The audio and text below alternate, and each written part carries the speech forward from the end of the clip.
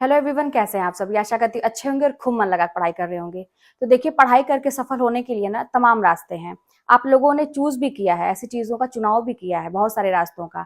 लेकिन अब समझदारी इसमें है ना कि आप किसी भी रास्ते को जो भी आप अपना है, जैसे कोचिंग लिया है, यूट्यूब पे आप वीडियो देखते हैं, टेलीग्राम पे करते हैं, टेस्ट देते हैं, जो भी आप करते हैं, जो भी आपके पास तमाम तरह के रास्ते हैं सफल होने के लिए, तो उसका उपयोग आप कितनी समझदारी से कर पा रहे हैं। कम समय में ज्यादा से ज्यादा जो कहते हैं ना कि उसको यूज कर लेना। अगर आपने कोई चीज ली है तो उसका कितना सही ढंग से आप उपयोग कर पा रहे हैं, इसमें समझदारी है। लेने को तो आप कुछ भी कर सकते हैं घर बैठे, अगर भाई जिसके पास पैसे हैं या कोई चीज मिल जा रही है तो करने के लिए तो बहुत सारी चीजें हैं, लेकिन आप उसका उपयोग कैसे करते हैं ये सबसे बड़ा मैटर है। और यही चीजें आपको सफलता दिलाती हैं। आज हम बात करेंगे टेलीग्राम वाली जो ऐप है उस पे कैसे हम उसको कितना यूज कर सकते हैं, उसका कितना लाभ उठा सकते हैं, इस पे बात करेंगे। जैसे कमेंट आया था कि आपने कहा था तो आपने बताया नहीं। हालांकि मैंने एक पूरा वीडियो ही बताया है टेलीग्राम पे, तो बार बार मैं एक चीज रिपीट नहीं करना चाहती, लेकिन फिर ठीक है कि कुछ लोग मुझसे नए जुड़े हैं। किसी भी चीज की मैं बात करूं, मैं उसी की बात नहीं करूं, किसी भी चीज की मैं बात करूं कि आपको उसको कितना ज्यादा से ज्यादा उससे आप फायदा ले सकते हैं, ये समझदारी की बात है। और जैसे कोचिंग आपने खरीदा, ठीक है, अब उसका यूज आप कैसे कर रहे हैं। एक है कि ले लिया, पैसा है आपके पास, आपने दे दिया और आप उसका सही से यूज नहीं कर पा रहे हैं। आप उसके नोट्स नहीं देख पा रहे हैं, आप वीडियोस नहीं सुन पा रहे हैं, आप कैसे नोट्स बनाना, कैसे उसको यूटिलाइज करना, कैसे समझना है। किताब आपने खरीद ली, उसको पढ़ ही नहीं पा रहे हैं। बहुत सारी चीजें हैं। तो इसी तरह से वो भी है, सारी चीजें एक ही होती हैं, बस आप कैसे उसको देख पाते हैं। 10 जगह मैं ये कहती हूँ ना, दिमाग लगाने से अच्छा है कि एक दो चीजों पे फोकस किया जाए, रास्तों पे। ठीक है, जैसे किताब ले लिया, नोट्स ले लिया, टेस्ट आपको देना है तो कहाँ देंगे, तो एक माध्यम होना चाहिए। तो क्या है, ये सारी चीजें मैं बताऊंगी। उसके पहले छोटी सी बात कि भाई देखिए, कुछ लोगों की आदत होती है ना कि अपने जीवन को जानबूझ के कठिन बना लेते हैं। उनको कठिन चीजों में ही मजा आता है करने में, ये गलत बात नहीं है। लेकिन जो चीजें आसानी से हो सकती हैं उसको हम कठिन क्यों बनाएं, टिपिकल क्यों बनाएं। समझदारी वाला काम करना चाहिए, स्मार्ट वर्क करना चाहिए। जैसे कि हमें क्या होता है कि सुनना कैसी भाषा पसंद है कि हाँ, कोई सीधा सरल बोले तो आपको समझ में आती है। जैसे मैं क्या है ना कि अपने व्यवहारिक जो हम लोग जैसे जो चीज समझ में आए वैसे, अब मैं भी बहुत साहित्यिक बोलने लगती या कुछ ऐसी बातें करती जो दिमाग से ऊपर जाती है तो शायद नहीं कोई सुनता। तो ऐसी चीजों का तो आप भी अपनी भाषा में पहली बात तो परिवर्तन ये करें कि सीधी और सरल भाषा का प्रयोग करें। जैसा आप सुनना पसंद करते हैं, पर्सनालिटी में भी सीधा और सरल बने, आगे बहुत काम आने वाला है। कहीं से भी उसको टिपिकल ना बनाए, जिंदगी को सीधे और सरल तरीके से जीने का प्रयास करें। बहुत टिपिकल बनाएंगे, कठिन बनाएंगे तो ऑलरेडी तो चल ही रहा है सब कुछ, लेकिन आप उसको कितना सरल कर सकते हैं, ये आप कहते हैं ना कि ये कला आपके अंदर होनी चाहिए। तो अब आते हैं ये वाली बात पे, टेलीग्राम के। देखिए, टेलीग्राम पे अब मैंने अभी बताया था, कल ही बताया था, शायद उन्होंने देखा कि नहीं देखा, कि कई तरह से पीडीएफ है, टेस्ट है, बहुत सारी चीजें। टेस्ट के लिए आप लोग बहुत परेशान रहते हैं। दो तरीके होते हैं, दो क्या तीन तरीके हो सकते हैं। एक तो कि आप जहाँ से कोचिंग करते हैं वहां से आप परचेस कर लीजिए। मैंने क्या किया था कि जहाँ से मैं कोचिंग करती थी, अतुल एकेडमी का मैंने लिया था, तो वहां से 200 का जो प्रैक्टिस सेट था, 200 प्रैक्टिस सेट थे। अब वो पता नहीं कितने का था उस समय, मुझे याद नहीं है, वो मैंने लिया था। अब आप लोग ये भी क्वेश्चन करते क्या सारा आपने सॉल्व किया था, तो मैक्सिमम कर लिया था मैंने। मैक्सिमम कुछ ही ऐसे थे जो छूटे थे, क्योंकि कुछ दिक्कत आ गई थी उसमें ना, वो क्वेश्चन आंसर इधर उधर हो गए थे, तो सर बोले थे कि अभी आप लोग मत करिए, उसको हम सही करवा रहे हैं। तो इसलिए थोड़ा सा लेट हो गया था, लेकिन ज्यादा से ज्यादा मैं ये सोचती थी कि 3-4 मतलब मैं कर लूं, क्योंकि मुझे रिवीजन भी रहता था। मेरा स्कूल, सबसे बड़ी बात तो सारा टाइम स्कूल ले लेता था। सुबह निकलो और 3 बजे तक घर आओ, 2:30-3 बजे तक, तो वो पूरा टाइम उसी में। उसके बाद जो बचता था रात, वही थी कि उसमें मुझे मैनेज करना पड़ता था। तो ये हो गया। आप परचेस कर लीजिए कहीं से। और कैसे होता है, ऐप डाउनलोड कर लिए, जो भी आप कोचिंग लिए हैं या कहीं से भी आप अलग से भी लिए हैं, चने लिए हैं, अलग से भी परचेस कर सकते हैं। ऐप डाउनलोड कर लीजिए प्ले स्टोर से, और वहां पे आपको सारे कोर्स हैं, क्या क्या चीजें हैं वहां पे दी रहती हैं। ऑनलाइन जो है पे करने की भी सुविधा रहती है, वो भी आप कर सकते हैं। ठीक है। दूसरा है, मैंने टेलीग्राम चूज किया। टेलीग्राम मेरे लिए कहते हैं ना कि बहुत फायदेमंद सिद्ध हुआ। मुझे ये चीजें किसी ने बताया था, मेरे मतलब बहुत पहले किसी ने कहा था कि टेलीग्राम यूज करिए, तो मुझे पहले तो मैंने इंस्टॉल कर लिया था, मुझे समझ में नहीं था क्या करना है। लेकिन वही बात मैंने कहा ना कि आपके पास चीजें तो हैं, आप उसको यूज करना ही नहीं जानते, तो वही चीज है। तो फिर मैंने जब करना शुरू किया, तो एक मैंने कहीं से ये भी सुना था कि ऑनलाइन टेस्ट होता है, तो मैं बहुत परेशान थी। तो किसी ने मुझे बताया कि इस तरह से होता है, पूछ के, वो भी बड़े मतलब मैं भी इस तरह से पूछ पूछ के ही की हूँ। फिर मुझे मिला तो मैं कही कि कैसे क्या किया जाता है, तो मैंने ऐसे ही सर्च किया उस पे जो चैनल होते हैं, तो मुझे मिला और मैंने ज्वाइन देखा तो ज्वाइन का बटन है, तो मैंने कर लिया। अब देखा मैंने कि उसमें क्वेश्चन आ रहे हैं, तो अच्छी बात थी मेरे लिए। तो घर बैठे अब बड़ा मजा भी आता है, करिए तो गलत होता है तो रेड होता है, ग्रीन होता है, मजा आता है गेम की तरह कि अरे यार मेरा कितना सही है, कितना सही है। तो एक बड़ा मजा आता है उसमें, है ना। तो वो बड़ा फायदेमंद सिद्ध हुआ। फिर उसके बाद देखा कि उसमें लोग अपना भेजने लगे कि आप इतने पैसे दीजिए, पेड कोर्स ले लीजिए, तो मतलब कहते हैं नियम से शाम के इतने बजे आपको एक टॉपिक दिया जाएगा एक दिन पहले, और शाम को इतने बजे टेस्ट होगा। तो वो भी मुझे बड़ा सही लगा कि वैसे तो पढ़ाई नहीं हो पाती है, आप कितना भी सोचें कि हम कर लेंगे, लेकिन एक कहते हैं ना कि लापरवाही हो जाती है। तो मैंने सोचा कि इसी बहाने एक टॉपिक तैयार होगा रोज। तो मैं मतलब ना कहीं से भी मतलब ये रिस्क नहीं लेना चाहती थी।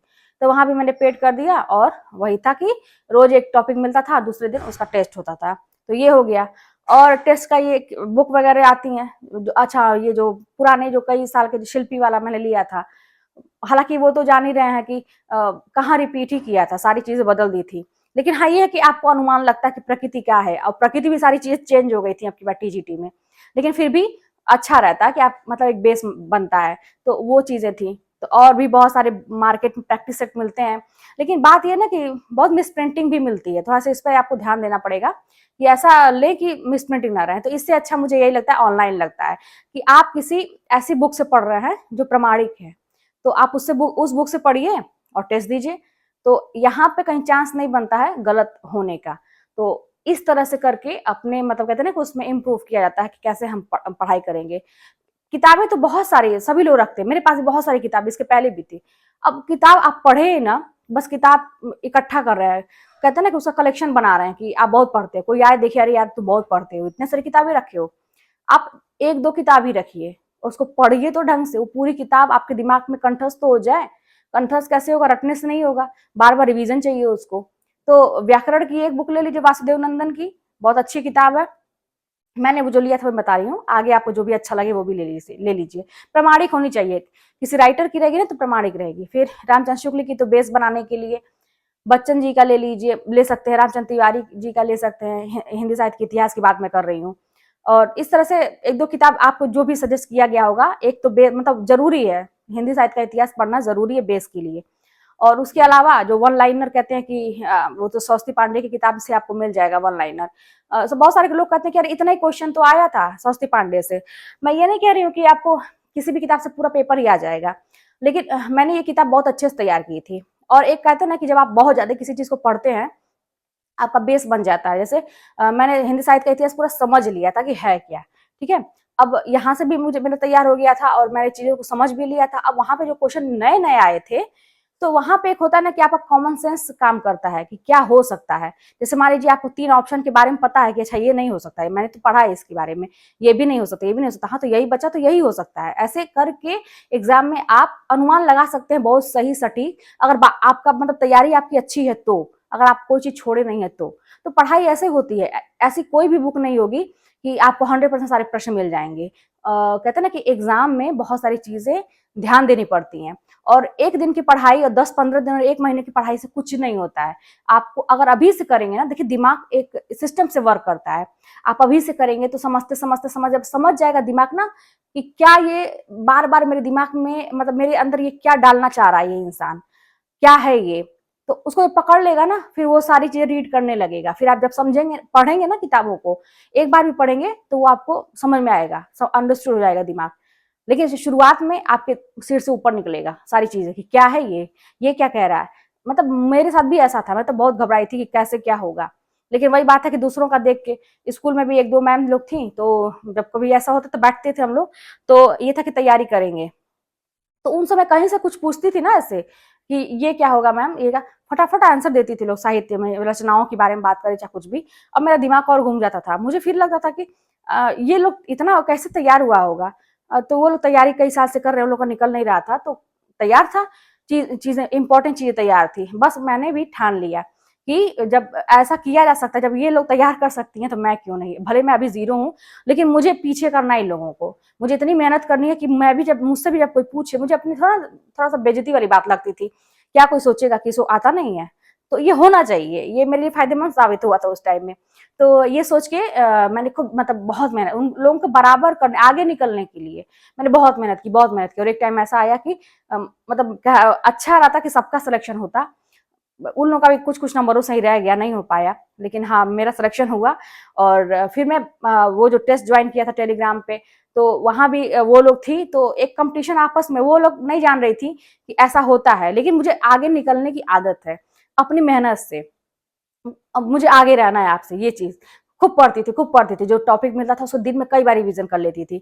और उसके बाद से शुरुआत में, बाद में वो जैसे रिपीट भी किए ना, टेस्ट जब कंप्लीट हो गया पूरा, तो हम लोगों ने कहा कि फिर से रिपीट करिए उसको, रिवीजन एग्जाम में टाइम लग रहा था, तो फिर से उन्होंने किया। जब आपका रिवीजन बन जाता है तो उसके बाद तो एक बार बस आप सरसरी निगाह से देखेंगे तभी आपको तैयार हो जाता है।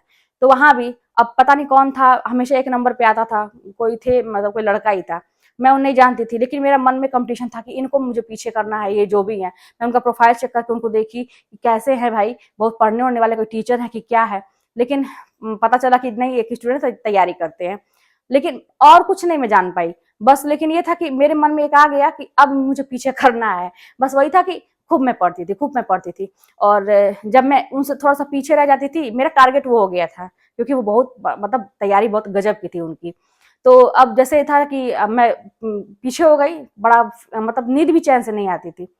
अब जिस दिन मैं आगे हो जाती थी, अरे बड़ी खुशी होती थी, मन कहता था डांस करो, आज मैं टेस्ट में सबसे नंबर 1 पे आई। और वो लोग जब भेजते थे ना कि बधाई हो, हाँ आप जैसे मेरा फर्स्ट नंबर पे, बहुत सारे लोग बोलने लगते थे सुन के। देखिए वर्ड वही मैंने कहा कि शब्दों का बड़ा प्रभाव पड़ता है। जैसे मैं आप लोगों को अच्छा बोल देती हूँ, आप लोगों को अच्छा लगता है, तो आप लोग भी अपने लिए अच्छा बोलिए, मेरे लिए अच्छा बोलिए, सबके लिए अच्छा बोलिए। क्या जरूरत है निगेटिव बोलने का? जब निगेटिव बोलने से और निगेटिव सोचने से हमारी मानसिकता इतनी खराब हो जा रही है, तो क्यों हम निगेटिव सोचे? अच्छा सोचिए अपने बारे में, एकदम सोचिए, एकदम भविष्य एकदम चकाचक है, एकदम ब्राइट है, और सब कुछ मिलेगा मुझे। बस मेहनत मैं करूंगी तो मुझे सब कुछ मिलेगा, जो मैंने कभी सोचा था वो सब मिलेगा। अच्छा सोचने में क्या जाता है, खूब बड़ा सोचिए, छोटा मत सोचिए। और विश्वास मानिए, जब आप सोचेंगे तो मेहनत करने की ना एक अंदर से ललक लगती है कि नहीं अब मेहनत करना चाहिए। तो ऐसे ही कर करके मैंने भी किया है, सब एक्सपेरिमेंट किया है मैंने, कहीं से कोई सीखा नहीं। और ऐसे तो मैंने तभी ठान लिया था कि मैं खोजती थी ऐसे वीडियोस को, कोई बताता कैसे पढ़े, कोई छोटी छोटी बातों को बताता, कोई मेरी हेल्प करता, नहीं मिलती थी ऐसी वीडियोस, नहीं मिलती थी। तो मैंने प्रण किया कि अगर मैं सफल रही तो मैं ये काम करूंगी, मैं बताऊंगी लोगों को। तो फिर मैं आज वो काम कर रही हूँ। तो मैंने सोचा, पहले दिमाग में ये चीज लाई, भगवान ने उसको एक्सेप्ट कर लिया, हो गई। मेहनत किया, लेकिन मैंने बहुत मेहनत की है। आप लोग भी करिए, सब अच्छा होता है। अच्छा सोचिए, अच्छा बोलिए, और दूसरों के लिए भी, अपने लिए भी। गलती से भी, गलत हो भी रहा है जीवन में ना, तो तब भी अच्छा सोचिए। मानती हूँ कठिन है, लेकिन फिर भी सोचिए कि अरे भाई ये बला कहाँ से आ गई, इसको खत्म करो। मुझे तो ये काम करना है अपनी लाइफ में, लाइफ बहुत अच्छी करनी है। करेंगे ना, हो जाएगा, सारी चीजें हो जाएंगी। तो चलिए फिर मिलते हैं नेक्स्ट वीडियो में, और कोई बात होगी तो कमेंट के माध्यम से बताएंगे।